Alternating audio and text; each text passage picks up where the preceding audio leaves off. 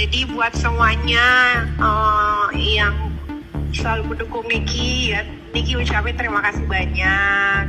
Kalian yang mendukung aku sepenuh hati tanpa ada embel-embel apapun, terima kasih banyak. Doanya, supportnya. Pokoknya sebentar lagi selesai. Nanti kita bikin jumpa.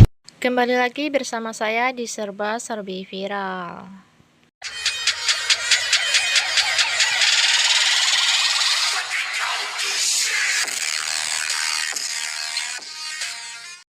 Baiklah, maka dapat kita simpulkan artis Nikita Mirzani yang saat ini sedang menjalani vonis 4 tahun penjara dan denda 1 miliar atas laporan pengusaha skincare sekaligus Dr. Reza Gladys kembali menjadi sorotan publik.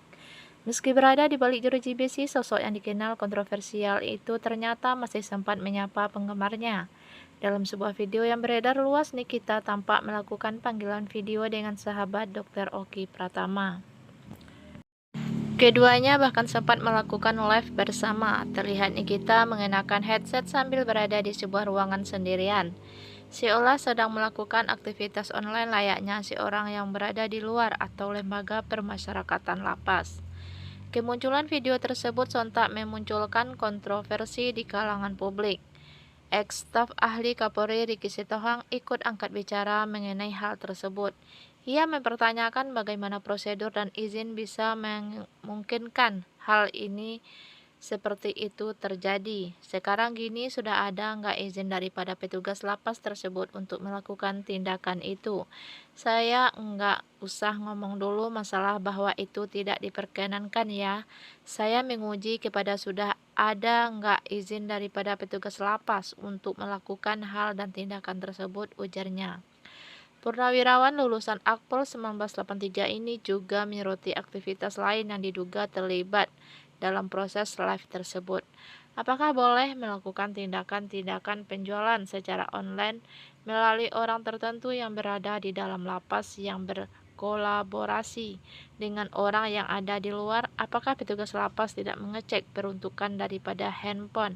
Apakah petugas lapas bisa memperkenankan handphone dibawa ke dalam lapas? Lanjut mempertanyakannya. Ia kemudian membandingkan dengan prosedur umum yang ia ketahui. Yang saya tahu, apabila ada anggota lapas mau berkomunikasi dengan keluarga, biasanya seizin petugas lapas. Biasanya begitu, sehingga semuanya berkonstruksi.